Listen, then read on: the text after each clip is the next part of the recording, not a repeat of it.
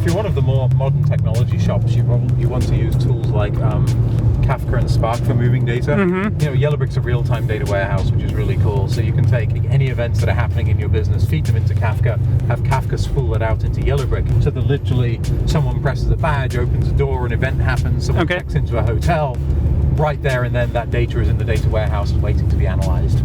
The challenge is traditionally people would have to have one target system for dealing with the real-time data, which is typically some in-memory thing that can only hold a small amount of data, and then one system for dealing with the older stuff, which can hold more data and has higher capacity and higher throughput. Let's say you're a bank and you really want to do like fraud detection, like whether somebody is like using your credit card and whether he's supposed to or he isn't. So how does that work if you have like, let's say this old legacy system and then you have a transactional database? How do they do that?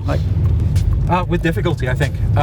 We actually have one customer that provides exactly that service, and they'd struggled for a long time with the competing demands of how do I get the transactions into the analytics system as close to real time as possible, combined with, hey, just a few months of data is hundreds of terabytes here. I need to compress this data really, really well.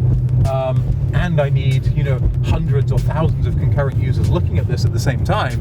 Because all the different banks, card issuers, merchants all have things that they're investigating and looking through. So Yellowbrick's the first time they were really able to do that. And we do that because we've sort of designed our data storage and analytics technology to be able to store data in a form that's optimal for real-time data, but also for long-term data, and unify that view of those two data stores. So it's like a real-time system and a analytics system all built into all in one, a unified, transactionally correct view of the data.